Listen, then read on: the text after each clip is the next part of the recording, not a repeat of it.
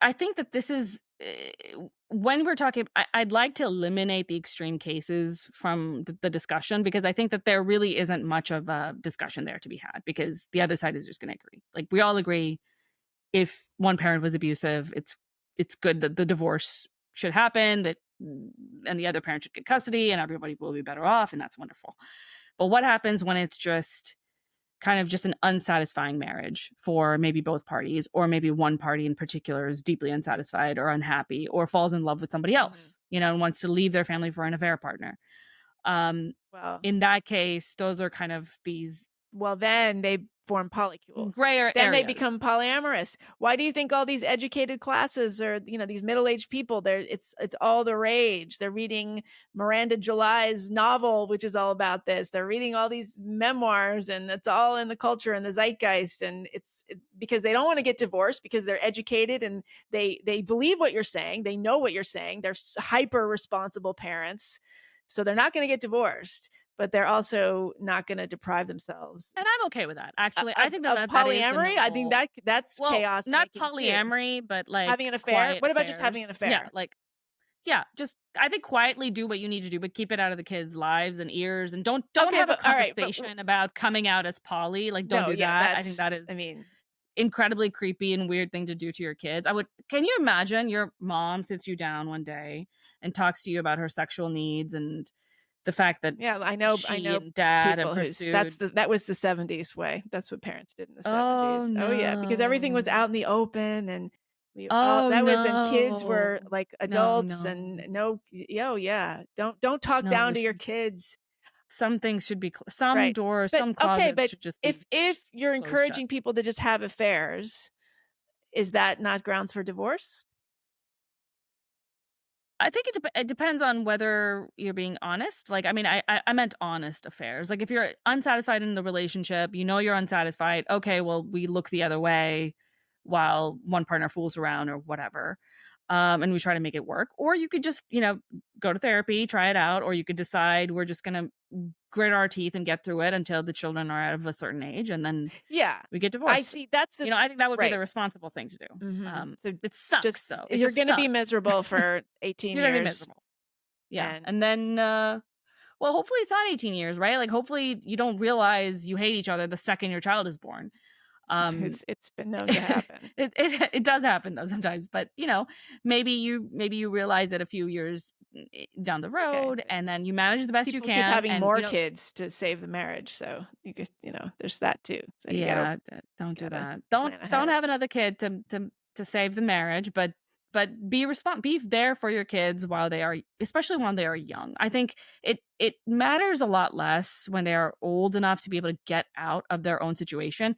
I think in the case of abuse, like the first story we discussed, from a safeguarding perspective, have the kids in the house be old enough that they can recognize that what is happening to them is unacceptable, and that they can find their own, safe way out of a situation. But when you have a 12-year-old who can't get a job, drive, whatever, like, even if she was trapped, there's no way out for her, really. Like, or even if she was in that situation, there's no way out for her. But an 18-year-old could get out, like, Yes. Yeah. I mean, presumably. I think people think as you kind of go along in life, you just realize that adults are just teenagers. Everyone's just kind of a teenager. When it comes to certain things, when it Yeah. comes to sexual desire, when it comes to, romantic impulse, need, gratification delay, there's so many ways in which people just revert to their adolescent selves, no matter how old they are. Or they just want this option available. And I find it to be, in so many different ways, we're just not thinking about the indirect consequences of the kinds of freedoms we've granted for ourselves because we imagine that we are responsible enough to use those freedoms. And this is why I'm not a libertarian, and I've never been, even though I've been kind of a civil libertarian. Like, when it comes to like freedom of speech, yes, everything's allowed. When it comes to other stuff, I don't know, because I just don't. I don't think we're smart enough or responsible enough to make a lot of those decisions. Not everybody, of course. Some people are. Some people can be trusted with marijuana and heroin, right? Like some people can be trusted with all of that and they would use it responsibly. Use heroin Great. Good for responsibly. them. I don't know how to do that. How do you use you can't, right? Because you just get Everything in desperately moderation. addicted and there's I nothing, just like to right? have a little I Cocaine. like to have You a can little use cocaine. heroin, on special occasions, weddings, You can if use it's cocaine in a really moderation, though. beautiful Yes, you agree sunset. with that? You agree that or like psychedelics, you can use Yeah. psychedelics in Yeah. moderation, like Heroin is many not people can really do that. something you just kind of Heroin, break out no. every once in a while. Okay. You could, Meth? because you can do anything, but Meth? yeah, meth, I don't know, meth so much, not so much, you just, You can break out of meth. I don't think it's as addictive as heroin. Like, well, heroin is like the pretty, extreme addictive yeah, stuff. meth's pretty bad. Fentanyl's Pretty pretty bad, not bad. as okay. Yeah, I don't know, maybe just, explore that a little more. I don't think cocaine is that bad. I've tried cocaine. I don't think it's that bad. Well, I wasn't it's addicted to it. expensive. Nothing happened. No. Yeah. Yeah. Yeah. Drain your wallet. Okay. But what were we saying? Something, yeah. People like trusting people to make good decisions, right? Um, Okay, but yeah, just to be I think that's clear, right. you are not, or are you advocating for a return to no-fault divorce, laws in states? So here's what I said, and I I'm sort of talking about this as a social thing, but the way that I phrased it was like definitely extreme. And I kind of, I mean, I don't know why I do Because if this. that's how you Sometimes it's succeed on like Twitter, that's why I have no that's followers not and you why have I so do many, it. because I That's not never why do I it and do I it. have no followers. I do it because I like to sometimes get to the one. I like to say things that I think people haven't said, and I just enjoy. It's thrilling to do it. And to be the one to do it. I also like poking into things where I think that it reveals something, like the disagreement itself reveals something. And like I learned something having gone through like the pylon, I guess. But I said that I think that maybe my most trad opinion that is that no fault divorce. So that's not divorce. That's no fault divorce, which means like neither party did anything wrong. We just don't like each other anymore.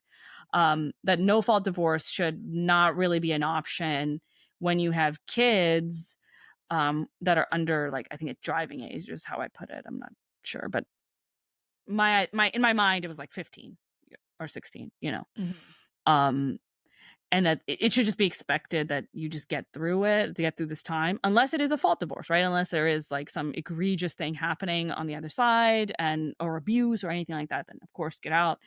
But in this sort of in between period where I'm bored or I'm not in love or I'm really dissatisfied, I don't like your face anymore, I don't like talking to you, I think in those kinds of in between gray areas, I would strongly prefer that people stay married, and maybe we should not give them an option out because it's really bad for the A lot of kids, people right? Like, do. we I know think that a it's lot of people do. I think you'd be surprised because there's a lot of married couples, a lot of families you probably know that are doing exactly what you just described.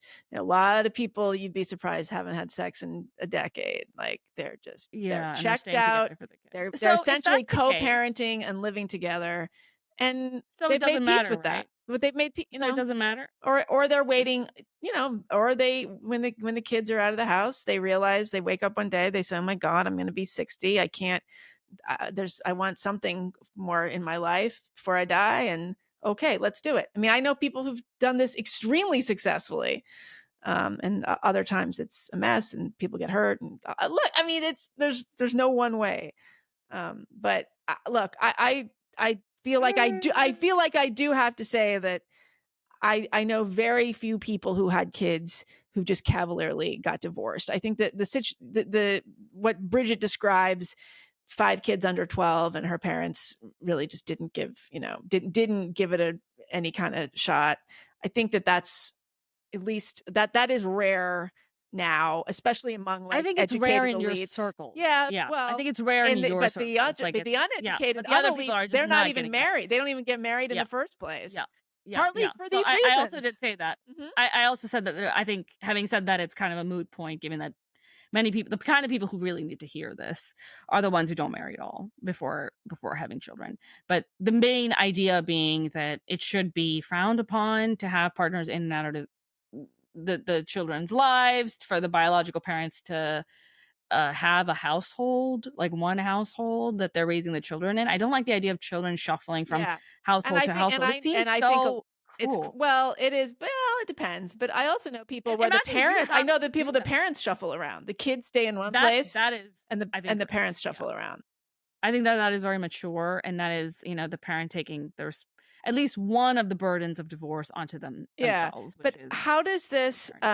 how does this square with your pronatalism? Because if It doesn't. you're saying that people should okay, like, 'cause a lot of people who are kind of, in the had children without being married camp, if we're gonna say, well, they shouldn't do that, then that's a whole lot of people who are not gonna be having kids at all. Because frankly, it's if you are, say, a woman in the working class or lower class, chances are the men that you are going to be partnering with are going to be a drain on your resources. And so it's probably smart not to get legally entangled with them, but say you want to have kids.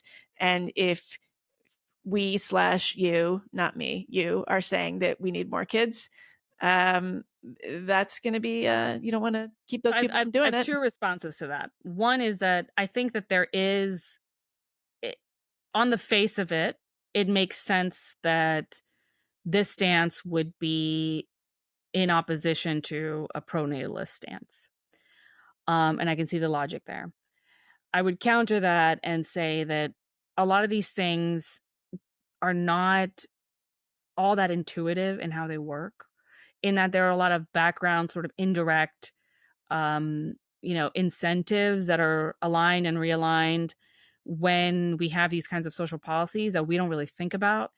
And they can create a counterintuitive effect. And the example I would give is that of the pill. The pill, um, after it became legalized, and I know all this like stuff now. I have to like, when you like are done with an exam, like a final, you're taking the final exam of a class, and then your brain just like dumps all that You knowledge can't into the get this trash out of your can, and mind. then The sexual for revolution some reason I debate, can't. you cannot I would like it to erase it from dump your it. brain. I Yeah, know you need to have that like eternally sunshined of the spotless I need to take a minded out of your test. brain. Someone needs to give me a test. I ace that test, and then I Oh, it'll forget about erase it the at other that point. stuff. Okay. Yeah. Well, one of the counterintuitive effects of you know the sexual revolution was that there are actually more uh ch- children born out of wedlock. And everybody expected it to go the other way. That is not what happened. And it is not what happened because the sexual revolution, the availability of the pill, changed the overall social dynamics, in such a way that ultimately it led to more people not getting Why married did at they expect all, it to go the other way? to for the How could pill they have? to lead to fewer children being born out of the Yeah, wedlock. how could they? Oh, Well, because all the women oh, would be on a okay. birth control. Right, right. I You'd be see. on There birth would be control all the fewer time. children. So Right. no, Okay. yeah, Right, right. right, right. So no woman in her right Oh, but mind would have the a pill. kid out of Okay, wedlock right, but not because of the pill. right. So Well, the sexual the sexual revolution was part revolution of was the. I mean, just it was the pill, and okay, right, abortion was the main thing, right. right? So the idea was that we would now take care of, teen pregnancies in particular, but just pregnancies out of wedlock. Like Hmm. we would just take care of them now that this option was available to women. But that is not what happened. In fact, they skyrocketed, um, after the sexual revolution. I mean, I would still argue that on the whole, this was not a terrible thing, given what would happen to some of those, young women who would fall pregnant, and what they would have to go through, and how the kids would be dealt with afterwards. Still, I can't deny that it had this counterintuitive effect, and that effect has not been great, for family formation in general, and for the stability of especially the lower classes, like middle class people, upper class people. I mean, one, we especially in the upper class, you don't really deal with it in the same way at all. Um, but if you are a poor family, are in a lower income neighborhood. I don't know how to. Is poor a bad word now? Do people not No, like I think to it's. hear I it mean, about themselves? it's fine here.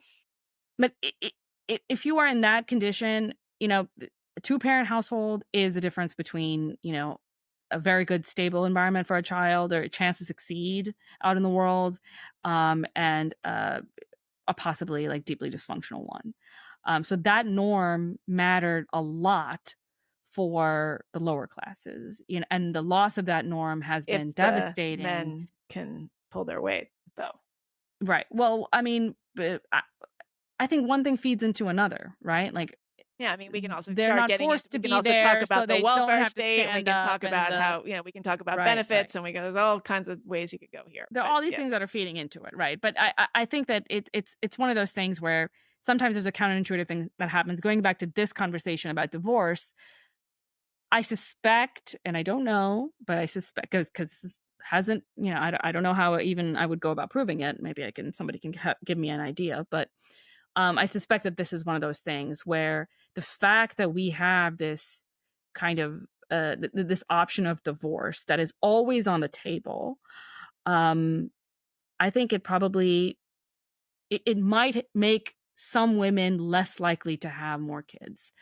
Um, and I can speak for some personal experience in that department, in the sense that I imagine if I had been like my mother and I was in an environment where divorce was never going to happen, like it was just not on the table, then why wouldn't I have as many kids as possible? One, I would never be in a situation where I would need to take care of myself, by myself. It didn't matter if my body kind of fell to pieces entirely, like if I gained a lot of weight You and, don't have to find another man. Is that what just you're didn't. saying? Well, but just right, you wouldn't have to Right. find another man or keep your husband interested, right? Because your husband's now falling out of Sounds love great. because now Okay. you're 200 pounds overweight or whatever, and we're So just he's not good just gonna looking have anymore, right? So affairs. there's that Okay. kind of Well, he's stress. gonna. I mean, okay. So he's gonna have affairs, but at the very least, he's gonna take care of you, right? So I mean, I think we Well, touched on this in the last podcast, like, but part of the reason it's like I feel like, okay, I have to keep working because I need to still have the skill set in case the worst yes. happens and I You need don't to have stand up on that. my own 2 feet You don't have again. that sort of ironclad safety net. Yeah. Right, right, which my mother did have, and a lot of these women that, I grew up with, my aunts and, on both sides, they grew up in this, like, kind of patriarchal community that's horrible for women in 1,000 other ways that we can discuss. But one of the benefits is that a lot of those women, they get married, they have their kid, they let themselves go.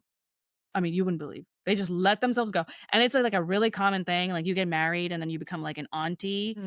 And by that, everybody means you're like overweight now and you don't give a, you're not doing your I know. I hair, always you're not making wonder. an Like, I effort. wonder though. Like, what I see people like that all the time. I mean, men and women. But like, who are they? Like, what's going on in their marriages? I always wonder. I think some of that is just like the women they feel so secure in their right to now have someone take care of them forever. And again, we can argue about the merits of this. I think that in some ways it can be kind of a terrible thing for the husband, but maybe not in other ways. So, but surely the women feel that secure that they will be taken Okay. care of for the rest of their lives. That they don't have to worry about. They don't have to have like abs again. Okay. 6 months after giving birth. But Not to say that that's how women all feel right. here all the All right. time, but No. that incentive, that concern is here and on the Yeah. table. Okay, so but then their husbands have affairs, and Yeah, that then makes the husband vulnerable to the wife leaving him and taking all of his money. not really. I Well, mean, a lot well, of our listeners are again, and listening to this conversation, and I know a lot of the men are saying, "Wait a second, you do not even know the damage that women can do to men with divorce settlements, et cetera, et cetera." I mean, there's a whole world of but extreme I'm in paranoia around this. I'm in Okay. an anti-divorce context here, where no side is going to give Okay, me so a you divorce. can't divorce. Okay, so in this scenario, she can let It's not herself a go. can't. He can It's have just that, affairs, and she can't. but She don't talk still about is it. not in a position to be like, "Oh no, you're having an affair now. I'm going to take you for all you're worth." I mean, she could. It's I get. in I those don't know if no. I social think no communities. fault Again, this is a divorce. social Okay. community and not a. Okay. So I'm talking about this a very specific social climate Okay. in which, in both sides, and I think this was the climate of Americans, like 50 years ago, where divorce itself is so Not taboo 50 years ago, that 80 years ago. 70 Okay. years ago, 50 years ago was 80. the 70s. Believe me. There was, Oh, yeah, right. Okay. 60, Mm. 70 years ago. I'm like trapped in the 2000s. Like I I hear always you, think the honey. 60s are like 40 I years ago. know. I always think that. I know. Anyway, okay. But what I mean to say is that both sides look upon divorce as basically not an option. Like it's a social death, even if it isn't like necessarily a Mhm. financial one. They don't even think about it. They don't even get to that point. And there are a lot of negative. Believe me, I am not proposing that this is great and we should go back to that. But I'm saying that one of the benefits of that approach is that both sides feel comfortable in certain ways, which allow for a kind of a positive thing to then develop that otherwise would not develop. And I think that women in those conditions do feel more free to have, like, okay, I'm going to stay home and I'm going to have a bunch of kids because I'm going to be provided for the rest of my life, even if my body is completely destroyed. It's okay. I'm not going to be abandoned. And I think that there's a freedom there that a freedom that modern American women do not feel. Mhm. Um, Yeah, I think that's because true. I still have to compete with the kinds of hot women, like my husband might see at work, Right. like he goes to a conference Childless and he might run hotties. into somebody Yes. beautiful.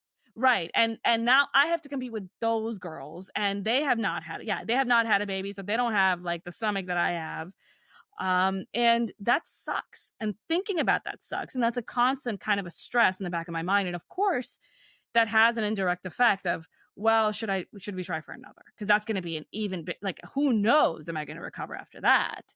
And I just think that that is a cost. And I bet that there are many women who are of childbearing age who wish they could have more kids, but do not feel free to have more kids because they would feel that they would be too vulnerable. You have reached the end of the free version of this episode. To hear the rest, go to aspecialplace.substack.com and join our listener community. We will see you there.